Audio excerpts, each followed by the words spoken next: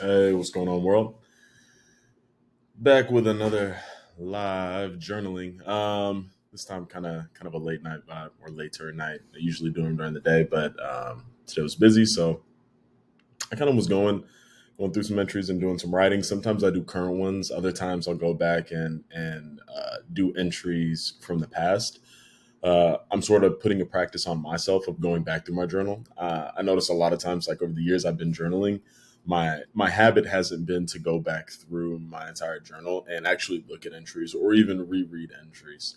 I'm not sure why, really. I think there was like a slight superstition with it, even. Kind of silly, but yeah, all that to say, I never really went back through journal entries. And so I'm making that a habit to do right now. And so part of that is me pulling out some of those entries and using mine to help expand on some of those things. And part of that also is me doing current entries and using mine as well. So this particular one is an older entry, and let me pull it. There we go.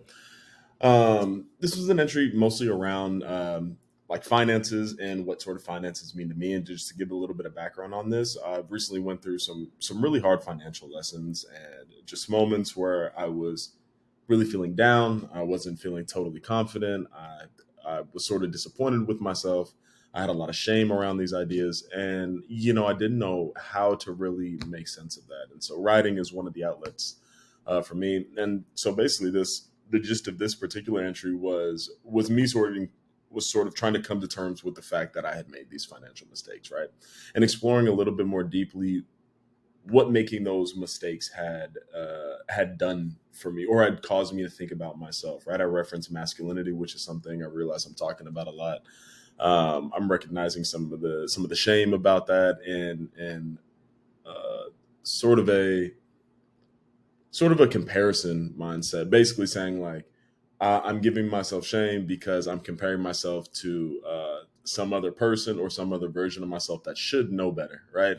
Bobby, you made that mistake. You should know better by now. Here's a big, scoop of shame for that. So that's sort of the gist of that. Let's plug this into mine and see what it gives back, and then we can kind of talk about some of the insights.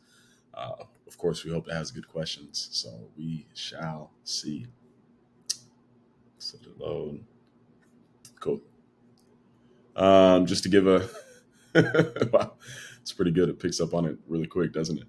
The writer is reflecting on financial mistakes that they've made in the past couple of years. They're expressing embarrassment about their lack of financial literacy, but also recognizing that it's not their fault and that they can still learn.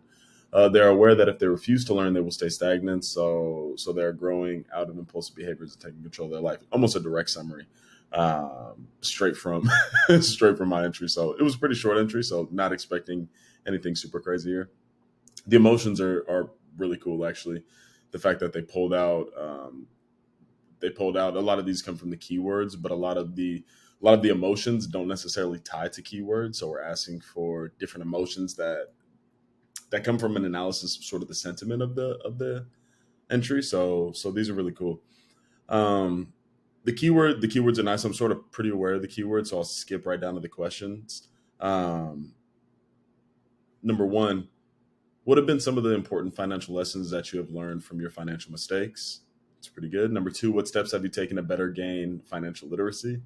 And number three, what prompted you to take control of your life? These questions I'm not so crazy about. I like the first one, so I'm gonna put that in and then talk about them. There we go. Another thing you can do too, a cool little trick, is you can just resubmit this entry and it'll give you new questions. So they're different every time, which is nice, and get some more insights. So let's see. Okay, so see, these ones are already better. Wow. So what have been your biggest challenges when it comes to financial literacy? How have you seen your impulsive behavior change since taking control of your life? And what strategies have you used to learn from your mistakes? Holy, holy, holy, holy. These are pretty good. Particularly, I'm actually going to go with number two because I think this is one of the more important things. Um, you know, I want to give a quick aside actually before I get into these questions. I think a lot of time when I first got into journaling, when I first got into meditation, when I first got into trying to understand myself, there was this sort of underlying implication that I am broken. I need to do something or learn something to fix myself, right? I don't like this part of the way I'm acting. What can I learn so that part is bad, so I can get rid of that. And I think as I've sort of gotten older and I'm continuing to learn this, but also as I write more and journal more, I'm realizing that that was sort of a flawed perspective. Um, what that does for me is if I recognize some part of myself, let's take the finances for example. If I recognize a part of myself that was bad with finances, and I say, I hate that part of myself. Why am I doing that? It's so stupid. Like, stop doing that. Stop really sort of berating that part of myself. What I noticed was that internally I was actually creating more disharmony. I was creating dissonance. So what I was really doing in my mind was basically setting up like two sort of voices that are arguing back and forth with each other, and I would get mad at myself. um, and the more I thought about it, I thought this was sort of counterproductive to my overall goal. My overall goal was to, one, have a lot more awareness about what I'm doing and why I'm doing it, and two, just go through life with a little bit more harmony, feel as aligned as possible. Sorry for this flowery language. Feel as aligned as possible with the decisions I'm making, with my thoughts, how my thoughts relate down to my actions.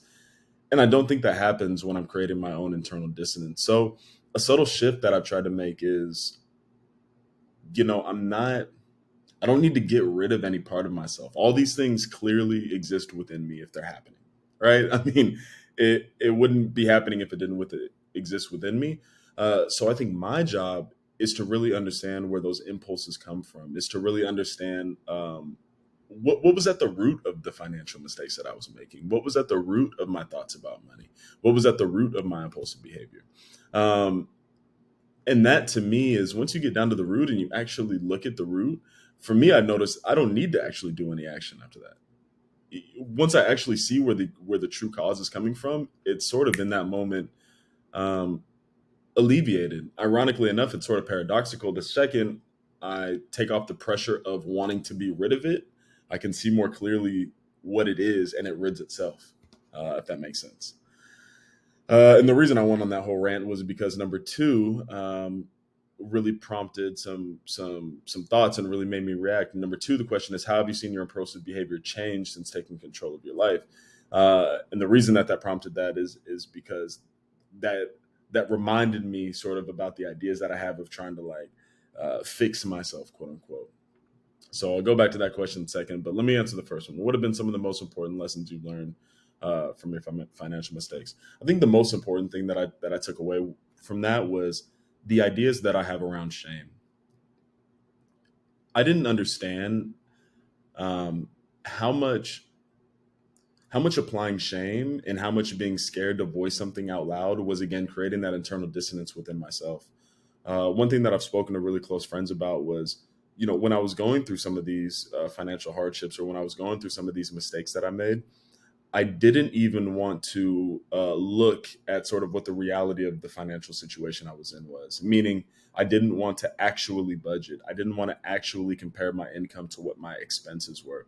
And the reason that I didn't want to do that, upon after looking back, was that had I done that and had I seen that I wasn't in necessarily the position that I thought I was in, that would have hurt, or that would have taken away some part of some idea that I had about myself.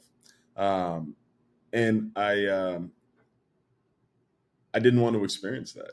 I was ashamed that that may be the case. And so what I learned from some of these financial mistakes, and this kind of trickles into other mistakes in life, was that, um, the more the more shame that I sort of pile on something, the less likely I am going to be to look at it and to get down to that root cause, right? Because if I have so much shame around it, I'm going to be a lot more reluctant to say, "Hey, this is a part of me.